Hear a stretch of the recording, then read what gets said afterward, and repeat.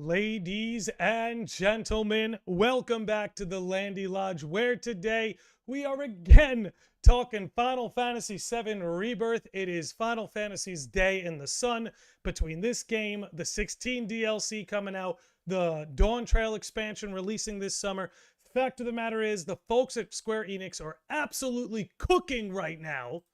And for you Kingdom Hearts fans, it's only a matter of time. Again, it's Final Fantasy's time in the sun for right now, and that's what we're going to soak up while we're here. Anyway, today's episode would not be possible without the amazing sages of the Lodge. The names you see up on your screen are YouTube channel members. Donate directly with the link in the description, or they are longtime Twitch subscribers. Anyway, not listed is our newest sage of the Lodge, Wise Wind, who became a sage during our FF14 stream just this past weekend. But anyway, I see we have some early birds here in the lodge before we get kicking. We've got Lands of Masters is kicking in here. Hyrule Falcone's kicking in here. SL White is kicking in here. 884, Miyu, it's good to see everybody. We have a great episode lined up today. I think there's a lot of cool stuff in the Ultimania that's worth discussing. I think it confirms a lot of things. I think a lot of people's headcanons are going to be crushed today, including some of my own, but that's part of the fun, is it not? Guys, let me know if my volumes are good. They should be good on your end. Just let me know. But anyway, I want to send out another thank you for today's episode, which would not be possible without these two Twitter accounts, who I've pinned their links into the YouTube chat.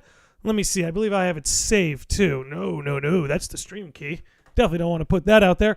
But let me just throw them in the chat again. Again, these are the, I guess you would say, the accounts that make this possible. The Ultimania did only come out in Japan, so it is thanks to these accounts that we are even able to do this episode today. So if you are a Final Fantasy fan, Kingdom Hearts fan, RPG fan, I can't recommend these two profiles enough. So if you're on Twitter and you want to keep up with like Final Fantasy news, Square Enix news, these are two great accounts to do it. And again, today's episode would not be possible without the two of them. I've got their links in the description. Again, we got Shinra Archaeology Department, and we have Audrey, aka Aiteki Mochi, which I always worry that I'm saying that wrong, but I think I'm getting it right enough. But anyway, between Audrey and Shinra Archaeology Department, we have plenty to discuss today. And again, I just want to reiterate, couldn't do it without them. If you're on the Twitter platform, please follow them.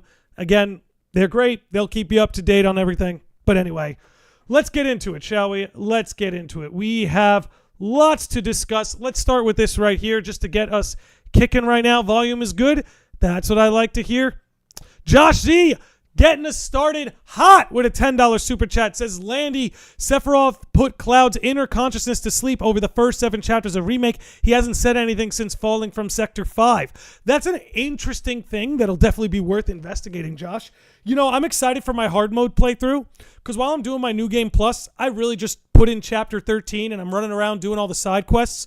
In fact, I finished all the Proto Relics today, which was very cool.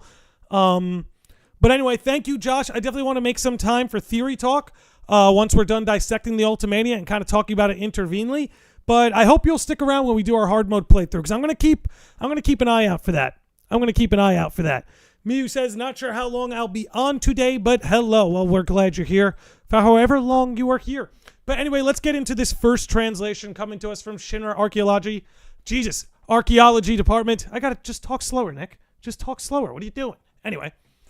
FF7 Rebirth creative director Tetsuya Nomura was the one who wrote the English message that was displayed at the end of the closing cutscene. The meaning is something along the lines of, the end of the journey isn't promised, or the conclusion is still totally undecided. So yeah, this is actually, you know, just as an overall statement before we continue this here today, one overall theme you're going to see is, you know what, the devs are actually starting to become very consistent in what they're saying about FF7. It was a little ambiguous during the remake days, but I've noticed in the weeks leading up to this and since release, they have been very consistent about a number of things. And if there's one thing they've been consistent about, is that the overall ending of Part 3 is still undecided. They said they were going to take into account fan reaction to the ending of Rebirth and some of the story decisions of Rebirth before making their final decision. So I do think the ending is undecided, and that's ultimately what this statement at the end of the game is trying to say. And I'm glad that we have some loose translation from Nomura, basically confirming that idea that the ending is undecided. They want to see how the fans react to everything. And really, like a lot of good writers like to do is, you kind of let the story decide for itself. You write it and almost like you leave it in a translucent enough way that along the way the story shapes itself. The decisions are made organically based on how the characters are written, among other things. Hey, yo, shout out to Adonai, who just became a Sage of the Lodge. Adonai, a longtime Sage of the Lodge, just re-upping his status here. Thank you, Adonai. I hope you're doing well, dude. Welcome to today's episode 229 of the Landy Lodge. And again, guys, we're just going over the Ultimania, some of these translations, and just giving my thoughts, and I hope you guys will share your thoughts too. So, again, this one's pretty simple. The end of Rebirth letting you know that the ending is still undecided, even though, and we'll get into this a little bit more later, the overall ending will lead into Advent Children. So that doesn't leave a lot of wiggle room, but that does leave enough wiggle room for some things to be different, right? Maybe Dirge gets expedited. Maybe Before Crisis comes back into play. There's lots of different ways that this could go. It's time. I've never been one, actually. Need those VODs. Really? I think you've been gifted memberships before, because I feel like I remember jotting you down at certain points. But yeah, that's overall our first one there with Nomura. I will revolt if they change major beats. You might get a major beat or two that changes, but I think the overall main story beats are going to mostly stay intact. Maybe how we get there is different. Maybe the resolve on the way there is different. But the overall sort of story beats are bound to stay the same, and they've been pretty clear about that. Kevin says, damn, I didn't get a notification. Well, what can I say? They're out to get me. They're out to get me. I cracked the FF7 world, and now they're out to get me. Anyway, shout out to those of you that have been watching a lot of the FF7 podcasts. I've been having good fun with those. Okay, let's move on to this one. Battle director Toroki Endo mentions he wants Part 3 to have even more freedom to explore the world, which is, it's good to know they're thinking, it's good to know they're along these thoughts here. Final Fantasy VII Rebirth gave you a certain degree of freedom to explore, but there were still points on the map that you are told to head to. He suggests that in Part 3, instead of having a linear way of getting from one point to another, it would be cool to give players an option on how they want to get to the destination. Imagine if Part 3 was almost completely open world like that. Okay, that's more of Audrey's take there, so I'm going to leave that as is.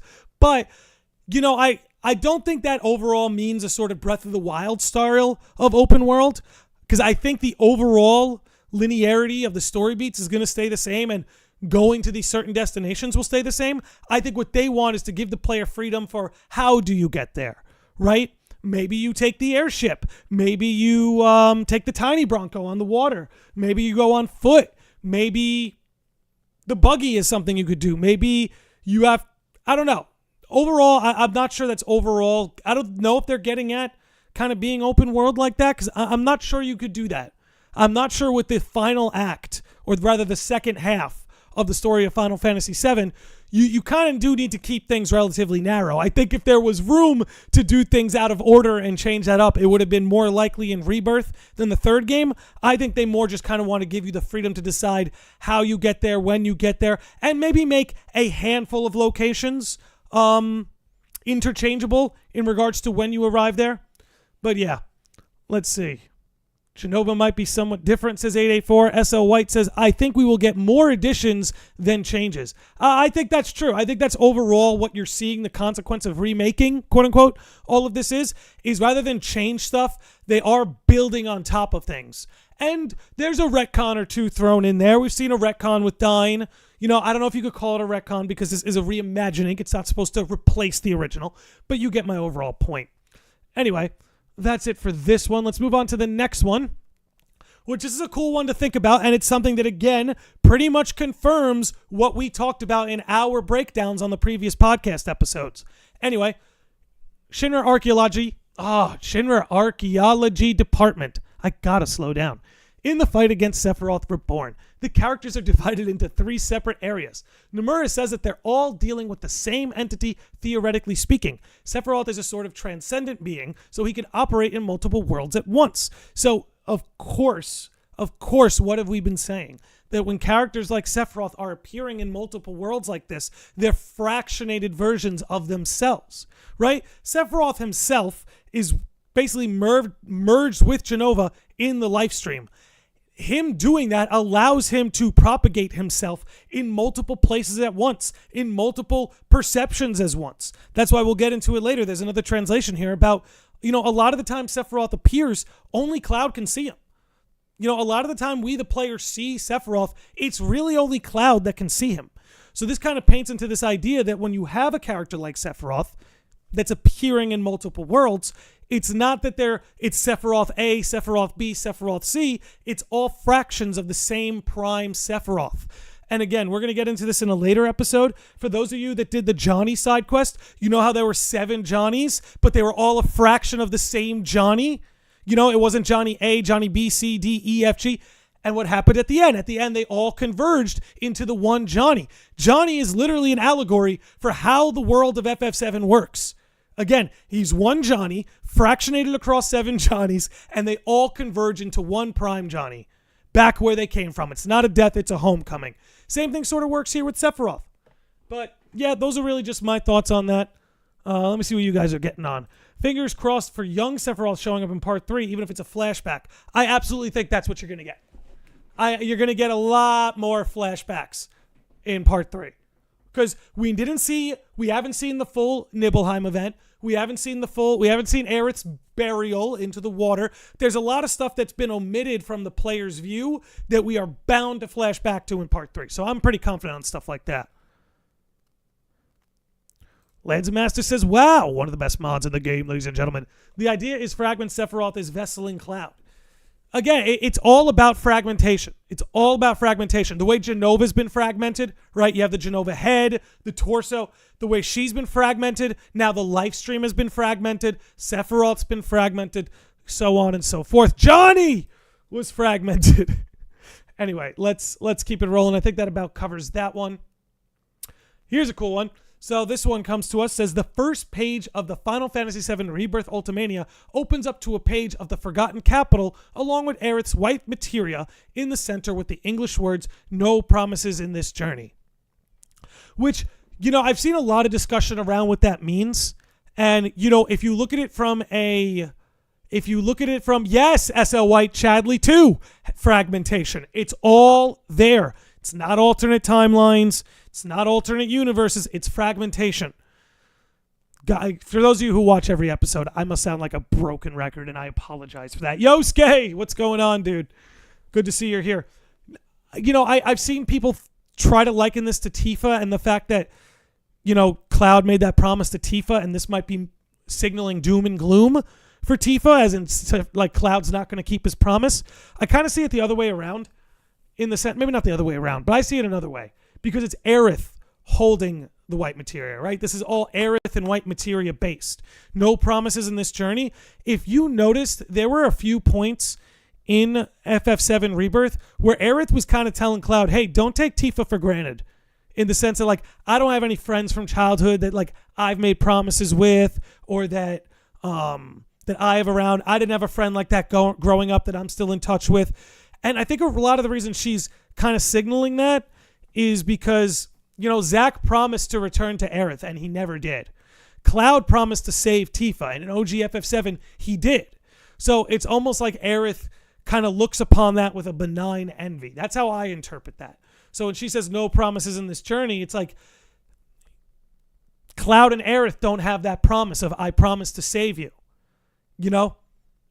That's just me spitballing. I really don't know. I might be trying to make a mountain out of a molehill. Again, that's just my take. But anyway, let's keep it rolling here. We see we're almost 20 minutes in already. Jeez, we have a lot more to cover. Okay. Here we go. You know what? Let me fix up this display a little bit. Bear with me. I want to make you bigger. Cover that up. There we go. 884 says, I think Sephiroth is trying to extract the fragment of characters from their own story and pushing them outside of the mind of the planet. See Gilgamesh. 884, I think you're thinking along the right lines, at least in the sense that a lot of the side content in this game, right, like the Johnny stuff we were talking about, a lot of that stuff is overall trying to signal and wink at sort of the larger themes at play. It's like this game does not waste a breath. Even in its side quests, it's not wasting any breath, right? That's why every side quest was in one way or another connected to a member of the cast. Because again, what's the point of making the player do this if it's not going to build this character, build this world, build these themes? So I give them a lot of credit for that. Okay. Let's keep this rolling. Rebirth creative director Tetsuya Nomura says to think of Cloud and Zack fighting side by side against Sephiroth as a temporary state of entanglement. In that scene, he wanted to have Cloud and Zack link up, if only for a brief time, and so he put in a request to have it made.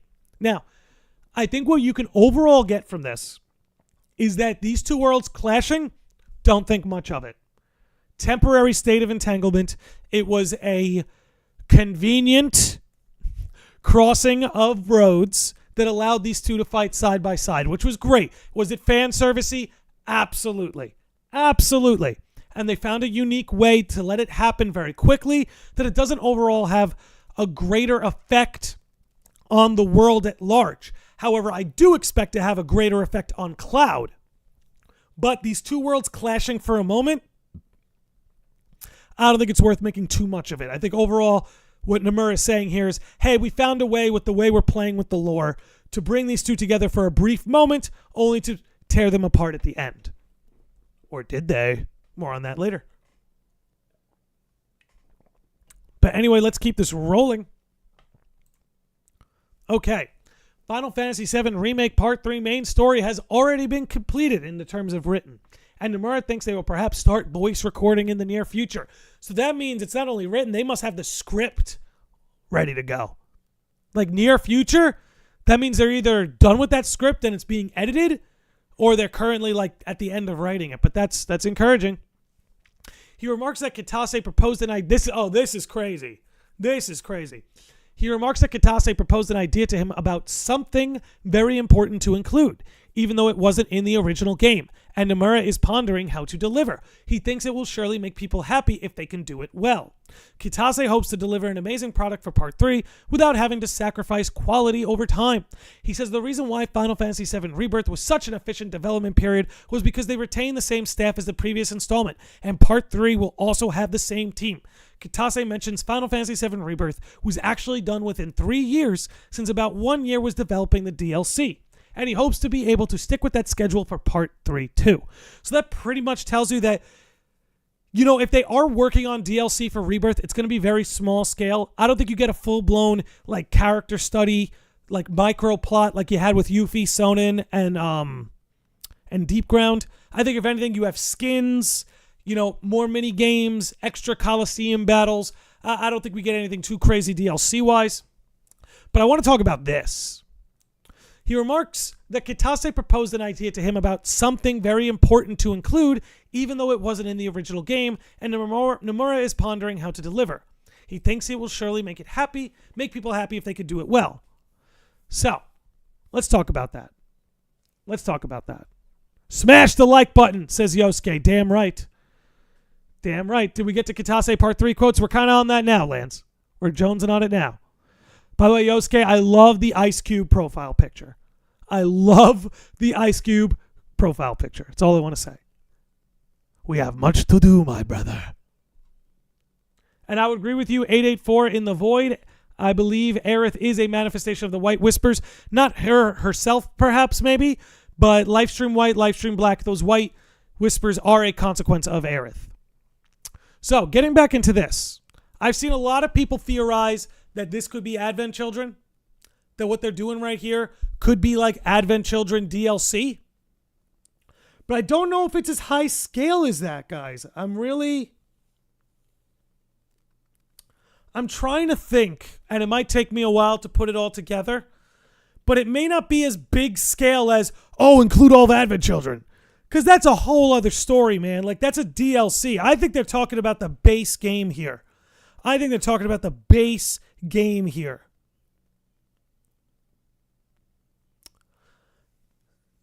I feel like it might be something with Lucrezia or Vincent or something like that. Or even Deep Ground. I don't know. I don't see this as like, they're Advent Children DLC or they're going to add Advent Children to the end of the game. And don't get me wrong, I think Advent Children DLC is very possible. I think it's very possible. But I don't think that's what's being discussed here. I think this is something they want to expand on. Something that was maybe assumed in the original. It could be about seeing whether or not humanity survived, right? Because that's one of the open-ended things about the end of FF7 is you see Red 13 and his kids. They're looking over a Midgar being basically devoured by the planet's ecosystem. And you have some children's laughter, but it's overall pretty ambiguous of did humanity survive? Did humanity continue to live on? Because yes, you have Advent Children, and you have Dirge of Cerberus, and those take place years after FF7, but the ending is such a long time after FF7 that the fact that Dirge of Cerberus exists is inconsequential to the question of did humanity survive at the end. I think if anything, it could be very possible what's being discussed here is Kitase saying, hey, how about we show them something definitive, like a time skip that shows humanity did live on, or didn't. I think they may actually want to answer that specific question and not end it ambiguously like they did the first time. Because ambiguous endings are great. I like ambiguous endings. I don't think that's what they want to do here. Because I think there's enough ambiguity with Remake and Rebirth that I think with Part 3, they're going to want to make the player walk away with as little ambiguity as possible. Maybe a little bit, keep us talking for a while, but I don't see much ambiguity in the way they end this. So I do think it may have something more to do with a story beat like that than Advent Children per se. But you guys let me know what you think. Suko Bar says, yo, what's going on, sickos? What's going on, Suko? What's going on, Sage? Maybe giving the cast an actual ending. Yes, Yosuke, you're on it. You're on it, dude. You're on it. I wonder if the Transcendental could see everyone's original fate, including Genova. Is that how they break people? It'll be interesting to see. We'll see how that plays out. Let's move on to the next one. All right, booting up now. We got... this is a funny one.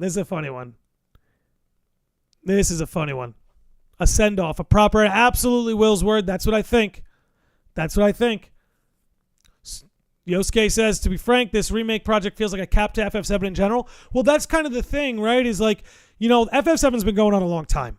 Almost nonstop since 1997. Releases, new games, compilations, expansions, novels, movies, remakes.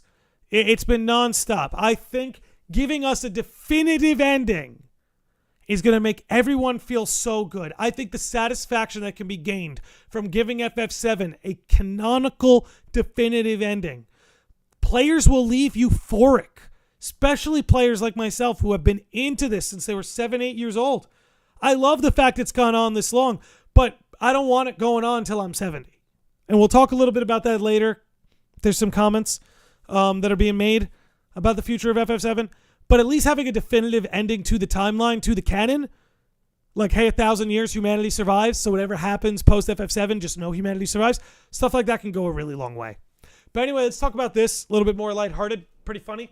FF7 Rebirth co-director Toriyama says that the flashback scene where Cloud opens the dresser in Tifa's room, they created all the animations of reactions for him searching its context and even had a voice track for him breathing harder, but it was all scrapped. Well, here's my thoughts. I wish it wasn't scrapped, because that sounds funny, and it shows that Cloud is 16. He's supposed to be like 16-ish around this time. And that would be par for the course for someone that age, especially if he crushes on Tifa. I understand it doesn't make him look good, but, characters who always look good are boring. Silly and inappropriate as a moment like that for Cloud could be, it builds his character as a creepy little teenager, awkward teenager, as Yosuke saying, and it makes it more satisfying when you see the man he becomes at the end of the game. But all I'm going to say is if this was scrapped, I hope it was the devs that scrapped it. I hope that it wasn't some fucking suits from the executive office or some fucking people from the ethics department. I hope that if this was removed, it was a decision made by the devs, the writers. I hope it was their decision, right? I don't care that it was removed. If they felt like they didn't want it, that's their call, man. But I hope it was their call, I guess is all I'm trying to say. Body reaction is a body reaction. No shame, Cloud. I mean, he should have some... no shame. Shame on him, Kevin. Shame on him. We can understand that he's flawed, but Shame on him. It is a shameful thing to do. But anyway, I do wish they kept that in. That does sound funny. But what they did was good enough. And overall, it's not important to the story of FF7, right? So it's whatever at the end of the day. Moving on. Nomura explains the symbolism. This was cool. I know we discussed this a bit on the podcast, right? But we're going to have a definitive answer now.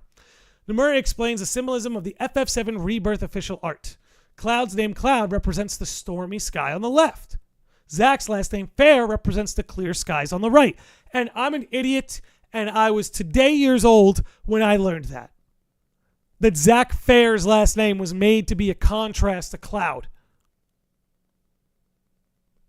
I was today's years old when I learned that. The skies interact in the middle with Sephiroth dyed red to symbolize meteor, representing each of their fates changing. Pretty straightforward stuff there. We didn't get that completely right when we went over it, but yeah. Really glad you are live streaming because I was very confused about the end. Well, Casper, we recently did a podcast all about the ending. We're not really going to talk about the ending that much today. We're going to touch on it here and there. But I did a full-blown 3-hour breakdown and analysis of the ending of Rebirth. So if you're confused, I actually recommend you leave this stream and go check that out. Let me get the episode number for you. Because I go over the full ending. I believe I've nailed it. It's episode 227. I believe I've nailed it. And there are things from the Ultimania that confirm my analysis of the ending. Not all of it, but a good chunk of it. Good chunk of it. But anyway, awesome episode. Yeah, Lands, honestly, it's one of my favorite episodes of the show.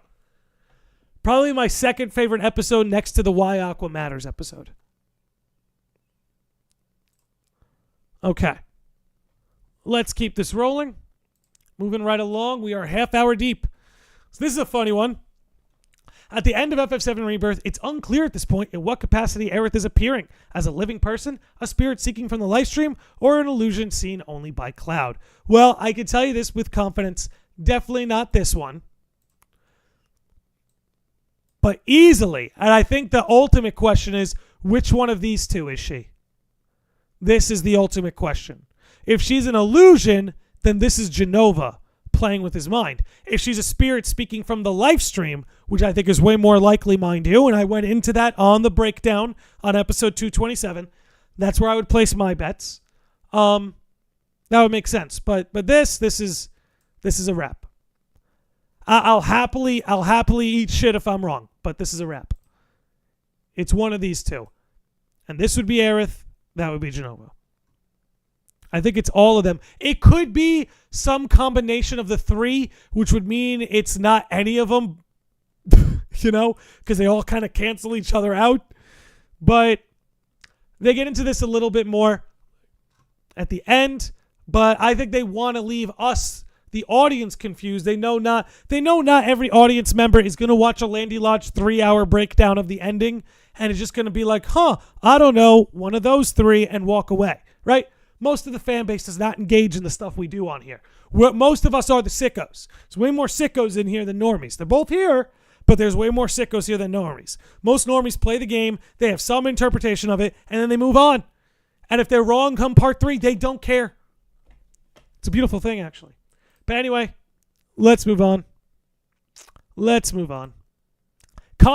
it comes to Aerith's fate, here's all I'll say. Confluence of worlds. Moving on. Okay, we get some character profiles now, courtesy of Audrey. Sid's profile says, when he was younger and still learning to be a pilot, he often frequented the Shinra building. This is where he met Ilfalna and young Aerith, and he recognized Aerith's likeness to Ilfalna when they met again in adulthood and wanted to help her cause. Torino states this idea was borrowed from the FF7 remake Traces of Two Past light novel, and Nojima created a scenario based on the possibility that the two could have met in the past. Which is all well and good. Traces of Two Past is an incredible novel, guys. I can't recommend it enough. Really, if you want more FF7 juice, and there are so many Traces of Two Past references in Rebirth, I highly recommend getting the book. It's so good. And yes, there's some portions about this in there. Okay. Keep it rolling. Let's see. Can't lie, that's why I love it in here, because everyone confidently throws out ideas and theories. Yeah, that's what we're here to do. Let's try to break this stuff down, and we'll see who's right in 3 years. And then you can get imaginary points and imaginary bragging rights. Now let's move on. You get Lodge Bucks. Just before Final Fantasy VII Rebirth's final battle, Sephiroth says, "I underestimated you." According to Nojima, this line is directed at Aerith. When Sephiroth started to put his plan to reunite the worlds into action, Aerith rose up to prevent it. At first, Sephiroth didn't consider Aerith a major force to be reckoned with, but recognizing the obstacles she's proved up to this point, he remarks on how he underestimated her. So yes, I think the world Zack ended up in and the worlds we're in are these two coexisting worlds now. And those are the worlds Sephiroth meant to combine. But it didn't happen. Again, we went into a lot of that in the ending episode, so I'm not going to get into the specifics. But we pretty much confirmed that. We pretty much knew that. With him saying I underestimated you, I think that has everything to do with the white materia as well. And I think it has everything to do with the fact that Aerith, in much the way Sephiroth is able to project himself for Cloud to see, Aerith can now do it too. Like, I really think a lot of this chess match between Sephiroth and Aerith, at the end of Rebirth, it's almost like Aerith is saying, okay, two can play at that game. You got your whispers, I got my whispers. You can project yourself for Cloud to see and nobody else can see you. I can project myself to Cloud and nobody else could see me. It's almost like Aerith is saying two can play at that game. That's how I kind of see it going. Miyu says, literally my favorite thing I've read. I started it before playing and finished it after, but I wish I had completed the book before. It's really a really well-written book, especially if you're a Tifa fan. If you're a Tifa fan, you have to get that book. You have to. Josh Z says, I think we will get so much more with Cloud and Tifa in part 3. Absolutely, that's their time to shine. They are the romantic plot of FF7, so I think the important thing is a direct confession between the two, which did not happen in OG. There was like an indirect confession under the high wind the night before the final confrontation, but I would like to see that scene fleshed out a little more. You know, in FF16, there's a really nice romantic scene where Clive and Jill get to be alone. I would like to see a scene akin to that with Cloud and Tifa. Okay.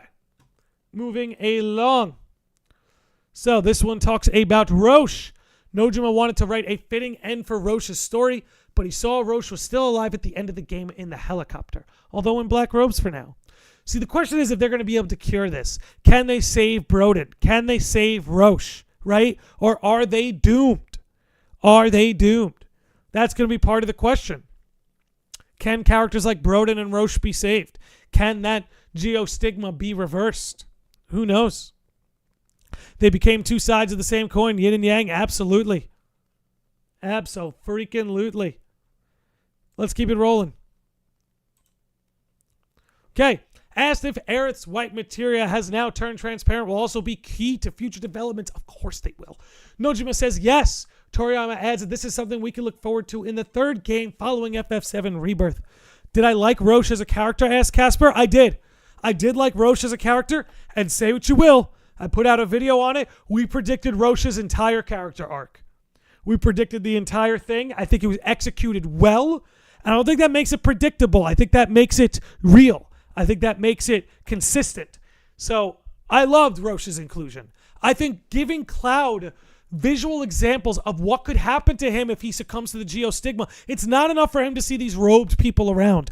For it to happen to Roche, for it to happen to Broden, it humanizes the transition to him. It shows him, like, it makes it hit home for him to see that, especially someone like Roche, right? Why is it so impactful that Roche succumbed to this? That's because what do we know from Roche? He is so alive. He is this adrenaline-fueled junkie. He has this spirit of like an adrenaline-driven like 20-year-old, like, hello, my friend. Like he's so alive and vibrant. And then when you see him transform into Reunion, it hurts. But I really think that's the whole reason they created his character, was to humanize and really amplify that geostigma and that transition. And I think it's so genius, and I think it's such a fine example of what the remake Rebirth trilogy is doing, where it takes things from the original and builds upon them more. and creates new characters like this to flesh them out no more. I miss our friend, says Lance. Dude, me too. Me too. Me too. All right. Asked if Aerith's white materia has now turned transparent. Yes. We can look forward to this in the third game. You know, I think that it's hollow now, howling and hollow, because I think that represents Cloud. Cloud is very hollow right now. As a human being, he's very hollow, and it's tearing Tifa inside and out. That's what a lot of the conversations between Cloud and Tifa, they might seem very slice of life or seamless, but what it's there to show you is that not only is Cloud not really remember his childhood or caring to recall it, he doesn't care. Like, Tifa's talking about their old friends, their old neighbors, old memories, and like, he just doesn't really care. He's listening to be courteous, but he doesn't really care. Like, Cloud has become hollow. He's believing in illusions. He refuses to actually deal with the death of his mother. He refuses to recall what's going on with Zack for the most part. He's projecting a certain reality that is not a healthy thing to project. Without getting into it, episode 227, everyone. Anyway, this hollow materia is meant to represent him. It's about saving the world and you. That's why when Aerith hands him the white materia, it's not about me. It's not about Aerith. It's about saving the world and you, Cloud.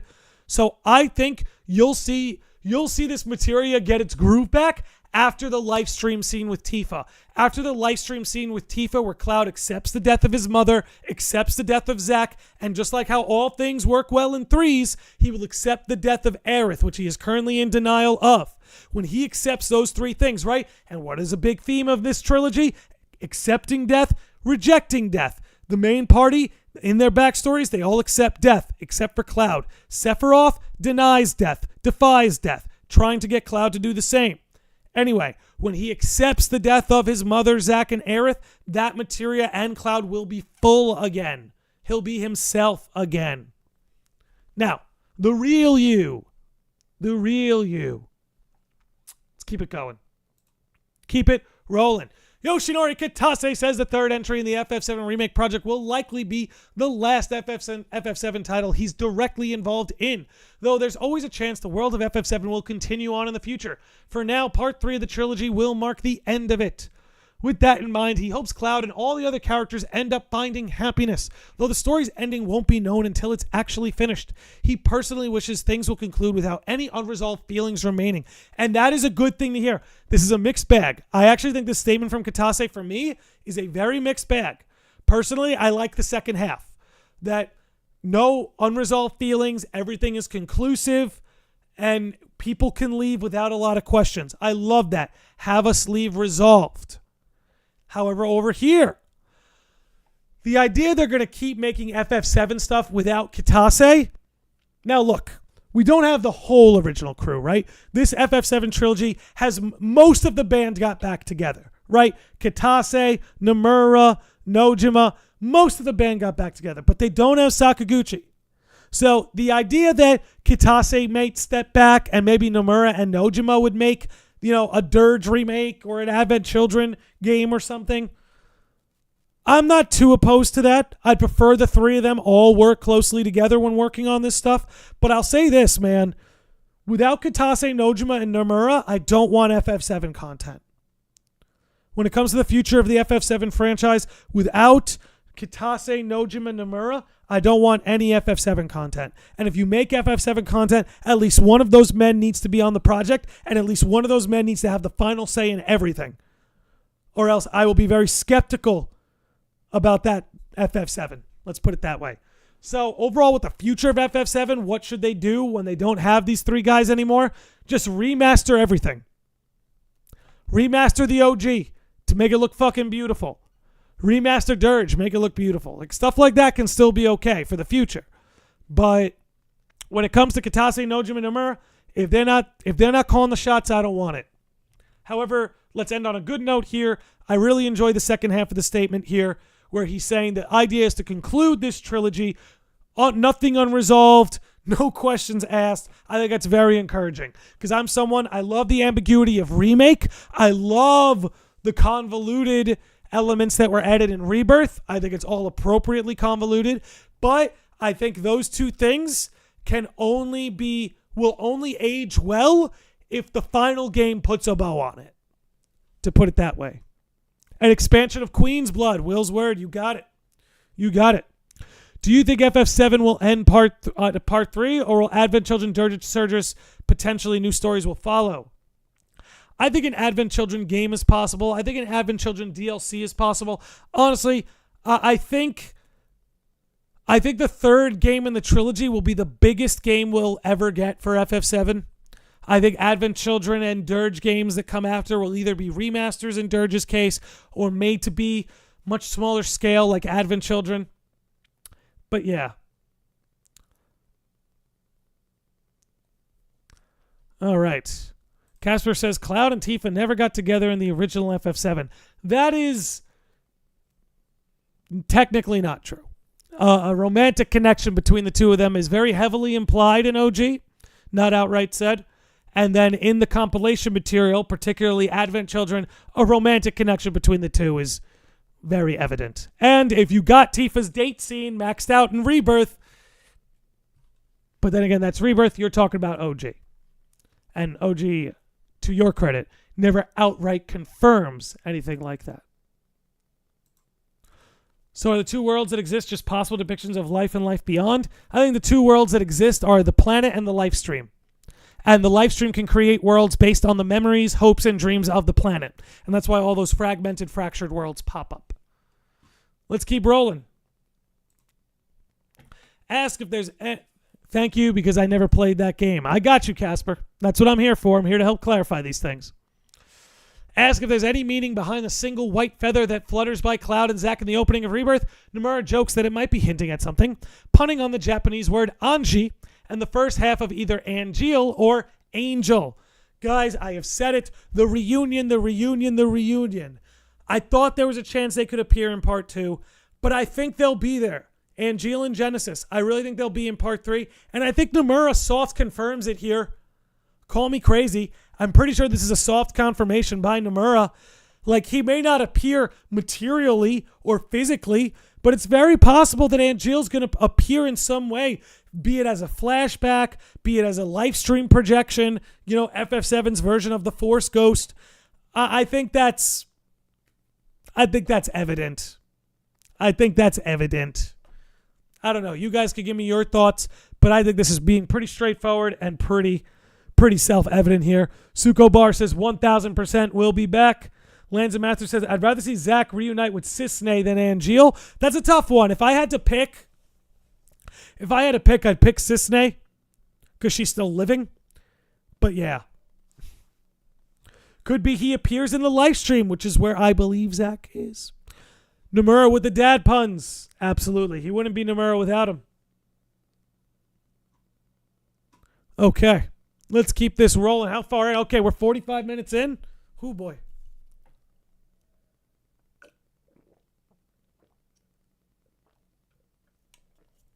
Excuse me. Like the great Lunar Lux will say, stay hydrated. Stay hydrated. Yo, thanks for hanging out, everybody. Hope you guys are having a good time. I know I am. Make sure you absolutely pulverize the like button. Please, that almighty algorithm. I am still a relatively small channel on YouTube. We're coming in on 5,000 subscribers. It's going to happen soon. And when we get to 5,000 subscribers, I will definitely do a 12-hour stream. But maybe I could set something up where it's like if we do it by my birthday, maybe I'll do a Master of Masters cosplay or something. Maybe we can figure something. Anyway, I'm getting really off topic here.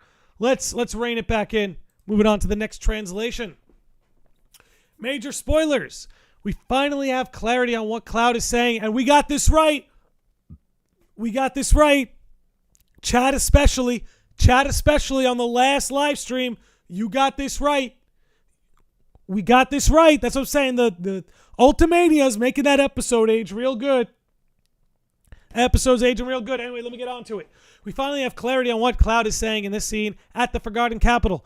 Nojima and Toriyama reveal that Cloud is saying his OG lines in the scene where you see him speak but do not hear the lines. My mouth is dry. My eyes are burning. Even if you can't hear him, if you played the OG, you would know what he is saying. Toriyama says he can't say much about that scene since it's up for interpretation, but what he can say is when they asked Nomura for advice on how to portray this, he said to include Cloud saying the OG lines as a flashback. Let this be another example and another reminder of Nomura being the one who keeps insisting upon the original, who keeps reining things back into the original. How many more examples are we going to need of Nomura orbiting us back on the original time and time and time again, where it's guys like Nojima who really want to experiment with a lot of the changes? And I think having both of these attitudes on board are a good thing, and that's what's led to such a strong balance in this trilogy. But for the love of the planet, for the love of Minerva, how many more examples are we going to need of Nomura reining us back into the OG? But no, everyone's going to keep blaming him for all the changes, right? Right? Look, maybe I'm a Tetsuya Nomura shill. If someone made that accusation, there would be some credence to it, I suppose, based on the topics we talk about on my channel. However, let this be a reminder. Nomura, at least as far as the FF7 crew goes, he's the guy who reins it in. Remember that even as far back as the OG, the original plan was to kill off the entire cast minus 3 characters. But Nomura is the guy who said, no, only Aerith. So again, let this just be a reminder. He's the guy reining us in, insisting upon the OG. I don't know how many more examples we're going to need. But let's keep this rolling. Let's just keep this going. All right. Some gameplay elements Nomura is wondering how to best create in Part 3. Where to land an airship realistically. How to portray giant weapons roaming the world. How to traverse the ocean floor. Where to land an airship? Honestly, either use the airstrips everywhere, or let us airdrop it freaking anywhere. Josh Z coming in with another $10 super chat. Can we get some love for Josh Z in the chat? Can we get some love for Josh Z in the chat? Josh Z says, talk about Tifa and Cloud saying they were a couple by the end of the original. What was left open to interpretation was if they engaged in sexual activity based on Tifa's affection. They wanted to be explicit, but, kids? Yes. I mean, it's pretty heavily implied by the fact everyone said they were watching and Tifa's humiliation on the airship at the end, which is a pretty funny moment, mind you, does heavily imply that. But Josh Z, I do appreciate you clearing that up for those in the chat. S.L. White says, I think Cisne has more story to tell. S.L. White, did you do the proto-relic in Gongaga? Because there's a little bit more there to talk about with Cisne. But I do agree as far as the next game goes, I do want her to come back into play. But for the airship, yeah, figure that out and make the airship more fun to drive. Put some enemies in the air or something. Like, please. That's just But traverse the ocean floor is interesting, dude. I don't know how they're going to do that. I don't know how we're going to do the ocean floor. The giant weapons roaming the world, put them in the sky and then make the airship. Imagine battling the weapons on the airship and you got to ground them with the airship first and then you fight them on the land. Like, come on. That's what I'm saying is like, make the skies, put some contention in the skies, right? Make the skies of Gaia kind of contentious. That can make the airship fun. They'll just make it a dry thing to fly around. Damn, no likes for the boy Josh. See, that's what I'm saying. Can we get some likes on the man's name?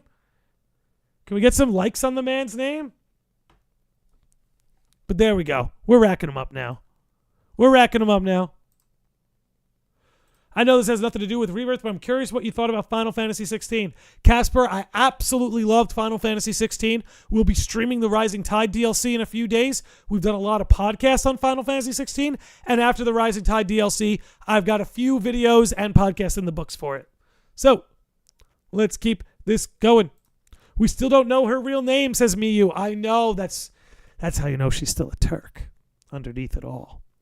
Keep it going. We're almost on an hour here. Nomura says that in the original Final Fantasy VII, in order to depict the cruel loss of someone you cherish, they had Cloud be a bystander as Sephiroth killed Aerith. In Rebirth, they wanted to fight back against Destiny and have Cloud make an effort to parry Sephiroth's attack. However, when you actually lose someone you cherish in the real world, hold on, just want to get that back up. However, this is a big one right here. Guys, this is a big one right here. This is a big one right here.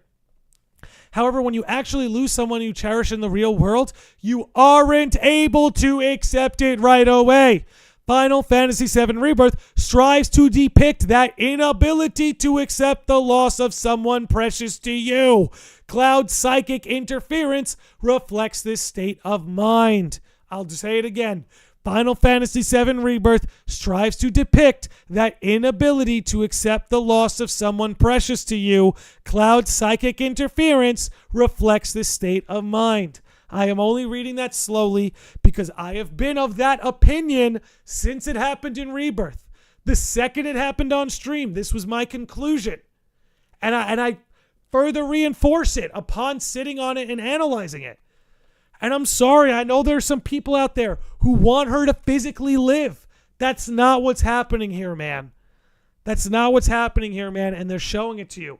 The acceptance of death, the denial of death. Sephiroth denies death in the sense he desires him and Jenova to be immortal, right? That is his desire. Nor will I have you end. That is Sephiroth and Jenova's desire to become immortal, to become like gods.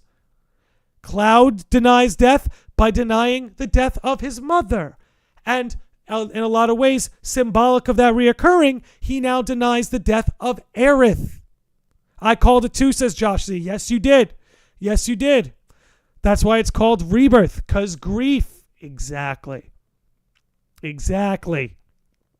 Exactly. But that's what's going on here. Cloud is in denial. He's in denial. Now, how Aerith is able to appear to him by that and the confluence of worlds. Remember that too. The confluence of worlds happened within Cloud, right? The confluence of worlds did not happen in the outside world. It happened within Cloud.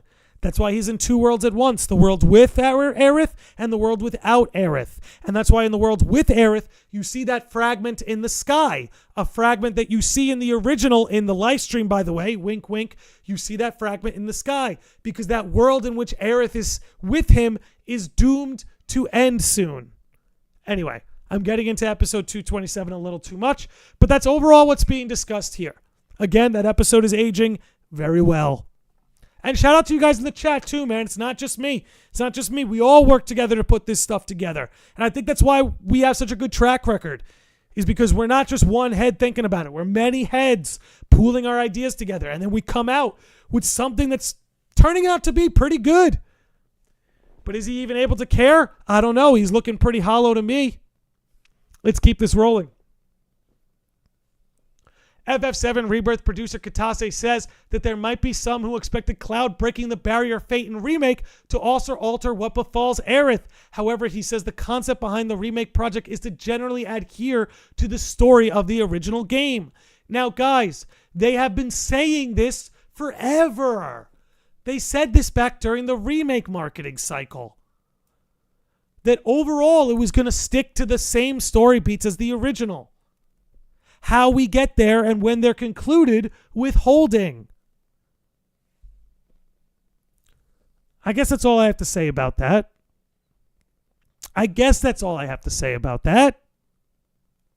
SL White says you could fly anywhere but couldn't land everywhere. I guess back when we were talking about the airship. Yep.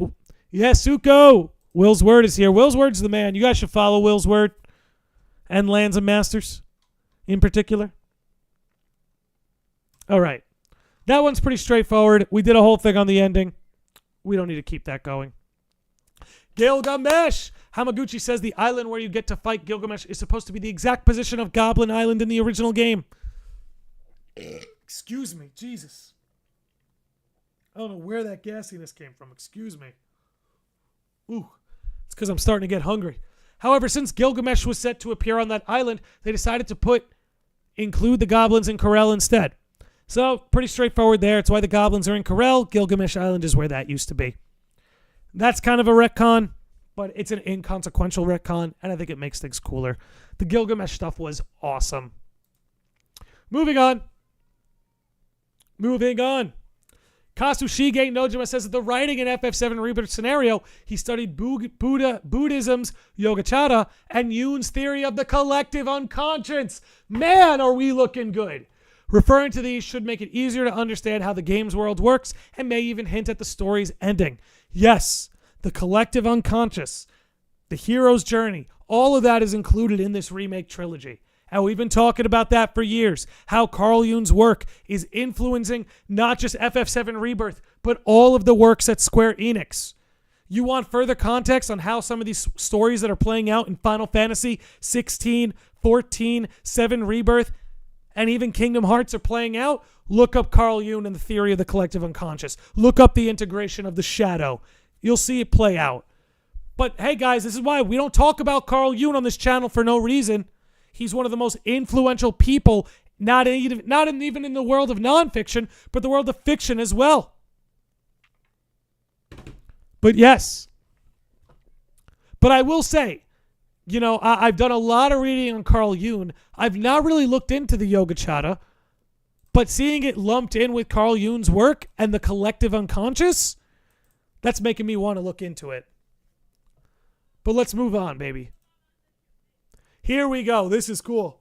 We see at least 5 worlds throughout the course of FF7 Rebirth. These are represented by the different breeds of stamps. And we knew about this. All the different stamps. Nothing too crazy there. I feel like I had something to say here, but I can't remember right now.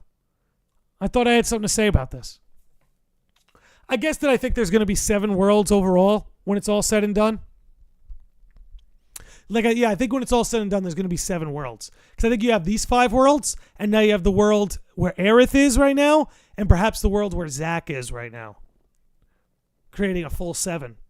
But we'll see. Let's keep this rolling, ladies and gents. Oh no, I lost one. Oh no. Whatever. That's fine. That's fine. Let's just keep it going. Most of the Sephiroths that appear before Cloud is from an illusion that he is there, which is projected onto the black-robed individuals. The rest of the party cannot see the Sephiroth that Cloud sees and watches on anxiously. Yes. You know, we've known that for a good time now. I wish there was a tell, right? I wish there was a tell. But also, I do appreciate that it helps the player look at things through the eyes of Cloud, which I think is very beneficial for the narrative. Command-Shift-T reopens a tab? Really? Really? Okay, give me a second here. Command-Shift-Tab. It didn't. I'll try it one more time. Oh. Huh. I can't tell. It gave me a history, but it's not telling me which one. Anyway, let's roll it here. Yeah, so I mean, we've known about this since Remake, honestly. I just wish there was more of a tell to know when he can only see him. But if you look at the party's reactions, it's usually pretty obvious. Okay. The Gi. Let's talk about the Gi. So, some further info on the Gi is their home world was destroyed and they ended up in this world, which I think it's a pretty cool, oh man. I might have to go to the bathroom and refill my water right now.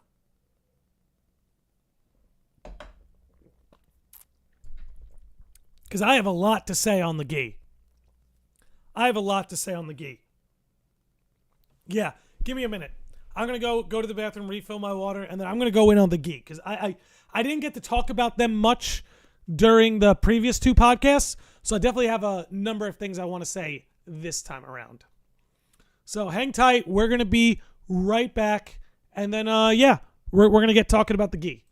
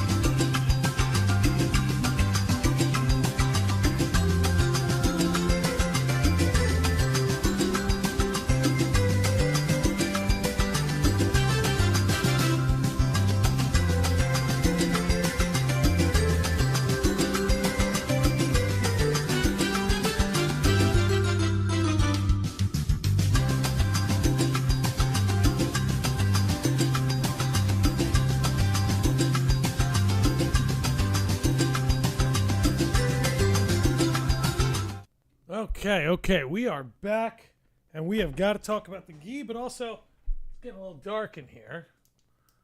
Let's get some light. Okay. I definitely want to talk about the gi here. Definitely want to talk about the gi. All right. Oh, wait. Is that another super chat? Whoa. Josh Z. You maniac, dude. I love it. It says it's important not to blame Cloud because he is basically suffering from schizophrenia and did at the same time. The latter more as defense mechanism for emotional trauma. You don't grenade that. Yeah, you know, when your eggs are as scrambled as Cloud's, like, it's hard. It's hard to be hard on the guy. That's why it's like you can really sympathize with Tifa, right? Because it's hard enough to watch that from the other side of the screen. But for her to essentially have to, like, just watch him deteriorate like that and not correct him out of fear of, like, breaking him further, like, yeah. I mean, look, we all got to take responsibility, Cloud included. But it is hard to blame him, considering him being experimented on, his past, his trauma. It's crazy stuff. Crazy stuff. SL White says, I think it would be cool for Landy to do character studies of all the FF7 characters, old and new, like he's done with the KH series. SL White, we're 100% planning that. That's what I plan to do to make the wait between Rebirth and the next game easier, is after we've fleshed out all the Rebirth theories, analysis, news, I'm going to do a lot of character studies in FF7, much like I've done Kingdom Hearts. You still want to shake him, though, for sure. For sure. Excuse me. All right, let's keep this rolling. Content spoilers. Oh, content. It took me a second. I have forgotten. When is your birthday, Landy? My birthday is June 15th. So in 2 months. And if in 2 months I have 5,000 subscribers, I'll do something fun during the celebration stream. All right. Let's see. Here we go. Okay, back to the gi. That's right. I wanted to go in on the gi. Let's talk about the gi. Yeah, we'll do character studies, just like we've done in Kingdom Hearts. We're going to do it for FF7. And I'll probably do it for FF16, too. I won't be doing the one about as like a title. I have to think of a new title for FF7. Like the gang analyzes Cloud or something. Anyway, let's talk about the gi. So I think the coolest thing about the gi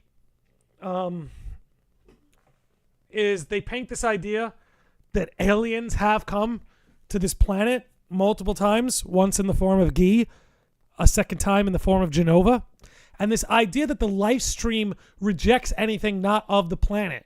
And I love that because the planet is its own ecosystem in that way.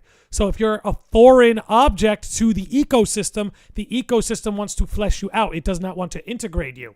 But this is what makes Genova such an interesting parasite, is she's forcing herself into the life stream. The life stream is downright rejecting Genova, but Genova is so powerful that she's forcing her way in. The gi took a separate route. They created the black materia to destroy this world in hopes of finding death in that way. You know, fine, the life stream won't take us. Let's die destroying the life stream. But when it comes to the gi, it's like, I love this idea that the life stream itself is this ecosystem that is self-preserving, right? Like, that's kind of what I loved about Rebirth, is like there's nobody is benevolent, right? There are definitely good guys and bad guys, protagonists, antagonists, you know, people who have moral high ground over others. That 100% exists. But I love that, like, it doesn't portray anyone as like purely benevolent, right? Like the ancients are not seen as like, oh, they were this perfect society that lived among the planet. It's like, no, they were like tyrannical towards the gi. Like terribly tyrannical towards the gi. So they were flawed in that way. They were just as self-preserving as the people of Midgar. You know? I like that. I like that. Again, it doesn't negate that there's a good side and a bad side. It gives more depth, in my opinion. You know? Because anything, the promise, that's going way too. I'm going to get to the promise land. I'll be getting way too into it, I guess. But as far as the gi go, I really like them being there to further reinforce this idea It's so good. The Gi wanted to bring about calamity. They did. That's what the black materia is all about. Anyway, let's keep it rolling. Okay. FF7 Rebirth Ultimania confirms there are at least 6 different worlds based on Stamp's appearance, with perhaps an unknown one as well, which is the place where Zack appears in the church at the end of the game. Here's the summary of the worlds. We kind of went over this with the dogs, but here it is again. Zack's last stand against the Shinra soldiers takes place in a different world than the one we know. The worlds are differentiated by the Stamp's dog's appearance. Sephiroth knows about these worlds and is trying to extend the life of the planet. The white materia that Aerith in the current world has is supposed to counter Meteor, but it lost its power and is transparent. The Aerith from another world entrusts her white materia to Cloud so he can deliver it to Aerith in the current world. And again, just like Sephiroth, this is a fractionated Aerith. It's not Aerith A, Aerith B, Aerith C. This is one Aerith that is fractionated. In much so that's why Biggs has the memories of our world. Why Marlene has the memories of Aerith talking to her in Seventh Heaven. Anyway, I rest my case. Depending on Zack's choices, worlds become divided because he is the singularity. At the moment, there are 6 different worlds based on the different stamp dogs. The world where Zack last appears in the church doesn't have a stamp dog to refer to, so where is that world exactly? I don't know if that confirms that he's in a brand new world. It could very easily be insinuating that he's in one of the pre-existing worlds. Are you going to talk about Vincent? Well, we're going to make time to talk about Vincent. Don't worry. But yeah, that's overall interesting. 6 worlds. Maybe the 7th world is the final world that all converges at the end. Who knows? All right. We got some Tifa Lockhart character profile highlights. Tifa does not recall Cloud being part of the Nibelheim reactor mission, so she doubts Cloud's recollection, which is such clever writing to have an unreliable narrator. That you not only have an unreliable narrator, but during one of the key narrative moments, the unreliable narrator disguised himself so that the person who could be our reliable narrator has an unreliable perception of what happened. Oh, that is so, I love that. I think that's so smart. I think it creates such a natural confusion and entanglement between the two, sowing a natural sense of doubt where Tifa has no reason to doubt her perception. But since Cloud wasn't forthcoming about the fact he was one of the Shinra guards and he stayed in disguise, Tifa doesn't remember him being there. And had he not just lied, had he just been forward from day one, Tifa could have prevented this whole thing. And that is ultimately Cloud's biggest misdeed. Or at least one of his biggest misdeeds, is that he lied. His shame of just being a Shinra grunt and not which soldier. That shame. That childish shame.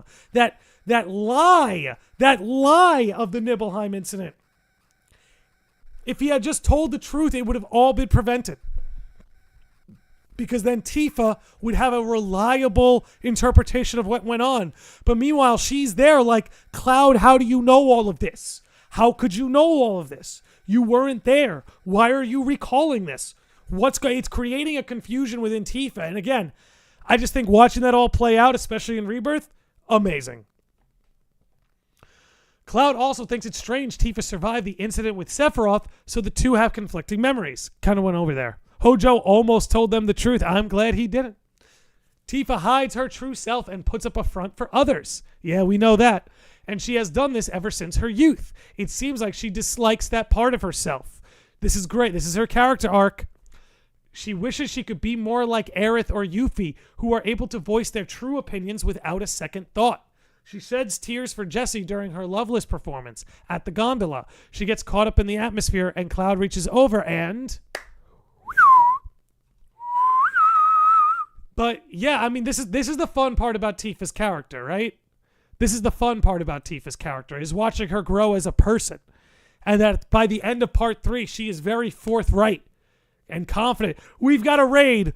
Ladies and gentlemen, we have a raid from none other than the great Kitties and Middies over on Twitch. She was recently just playing Fire Emblem 3 Houses, Golden Deer, Root, and she has brought her squad over here for the tail end of this podcast. Kitties, thank you very much. Let me throw that over here on YouTube. Guys, make sure you're following Kitties and Middies both on YouTube and Twitch. She's actually going to be on the podcast this Sunday, along with a few other creators to discuss all things FF7. Going to be a full-blown spoiler cast this coming Sunday. She's going to be there, so I hope you'll be there too. Kitties and the crew, welcome to the stream.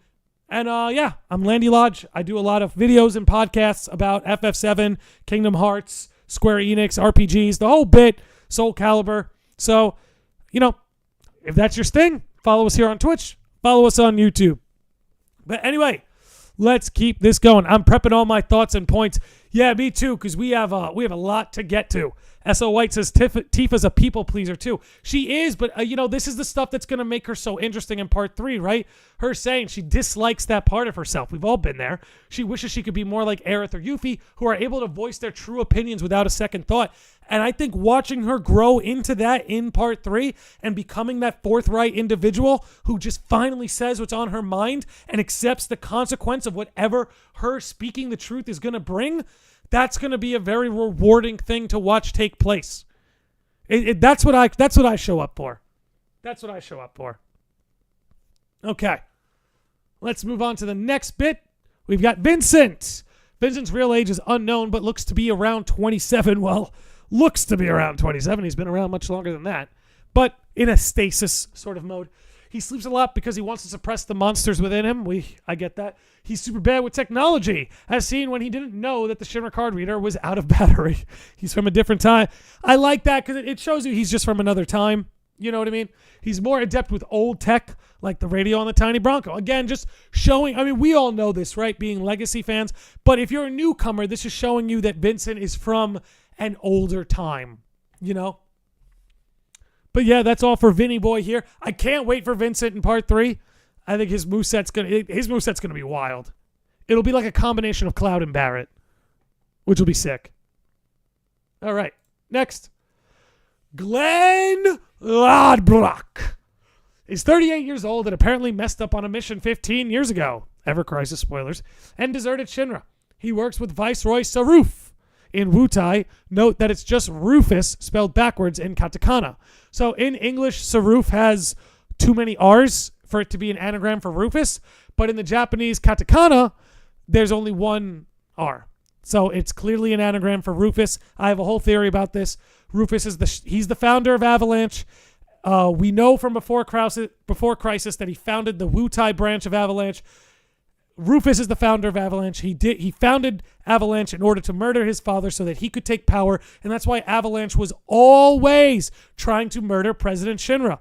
And that's why in FF7 Rebirth, when you do the Proto-Relic mission with the Avalanche crew, they mention like, hey, we haven't heard anything from headquarters in a long time. Because now that President Shinra is dead, Rufus has no need for Avalanche, so that's why Avalanche isn't getting any new intel. Because there's no use for him. Rufus founded it with the intent of killing President Shinra. And now that that's done, he doesn't need Avalanche anymore. So they've been cast to the side. That's why, again, in that Proto-Relic mission, they're like, where are they? We haven't heard from them. Now you know why. So I think Wutai is going to try and court Rufus to join them. Right? Like a reverse Uno card. Moving on. We only got a few left here. Okay, more on Glenn. Rufus and Glenn have strong ties to Wutai. Rufus used to fund Avalanche's Wutai branch. Again, we know that from before Crisis. Glenn met up with Sephiroth near Wutai at the beginning of Ever Crisis. First Soldier. Matt and Lucia are also name dropped in Chapter 7. Yeah, it just states what we know. Nothing too crazy there. So I'm going to go through that one pretty quick. Here we go. Hamaguchi says in the FF7 Rebirth Ultimania that Part 3 should cover parts related to the OG, such as Icicle Inn and the Northern Crater. Hold on. Excuse me. I got it. So, no, they got to do Icicle Inn. Icicle Inn and Professor Gas, that's way too important. That's way too important. So they have to do that. Yeah, actually, we kind of went over this earlier with like the airship and the flying. So we don't really need to go over anything there. Moving on to this one. Nomura says in the Ultimania that Glenn Lodbrok was originally a character made for the FF7 Rebirth story, who later then became the main character of First Soldier. Yeah. I'm glad they did. Because if he's going to be as important as it looks like he's going to be, and if he's going to be voiced by Ben Diskin, then yeah, flesh him out as much as you can. Isn't Professor Gast Aerith's father? Yes, he is. And that's why you have to do Icicle in. You have to cover Professor Gast. You have to. Moving on, we got 2 more. Cissnei! There she is, the real best girl of Final Fantasy VII. Cissnei is confirmed to be 22 years old. Blood type A. Well, we're not compatible there. I'm B negative. Her weapon of choice is a large shuriken. She worked with Shinra in the past, Turks, and was friends with that person, Zack, and is watching over his hometown and his parents in his absence. Yeah, finding Cissnei and Gongaga was one of the most rewarding parts of Rebirth. Seriously, I felt like it was a natural way to include her character here. Obviously, she wasn't there in OG, but she wasn't really conceptualized until after OG. So this was cool to see. Okay, our final translation here, at least among the ones I thought was worth covering, we found out that Elena is 18 years old, which I was surprised she was that young. I thought she'd be a little bit older. But it makes sense. That's why she's kind of the kid of the group. She's the Yuffie of the Turks. You know what I'm saying? She is the Yuffie of the Turks. Because, yeah, they're all a lot older. And I kind of get it, because that kind of paints her to be like the young prodigy. Check out the Turks' latest and greatest.